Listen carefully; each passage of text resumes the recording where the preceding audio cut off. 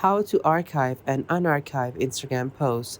Hi guys, in this video I will tell you how you guys can archive your Instagram posts and also unarchive them if you want to. So simply open up Instagram on your phone, and then once you have Instagram opened up, click on the bottom right on your profile picture, and then after that simply choose the post that you want to archive.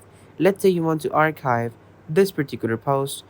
From over here, click on the top right on the three dots that you see, and then after that click on archive. Now this post is going to be archived, and if you want to unarchive this post, click on the top right on these three lines and click on archive.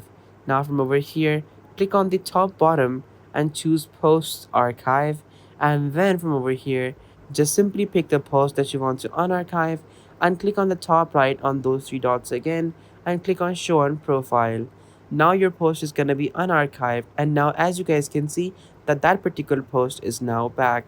So guys, that is how you guys can archive and unarchive posts on Instagram. Thank you so much for watching. Take care. Till next time. Goodbye.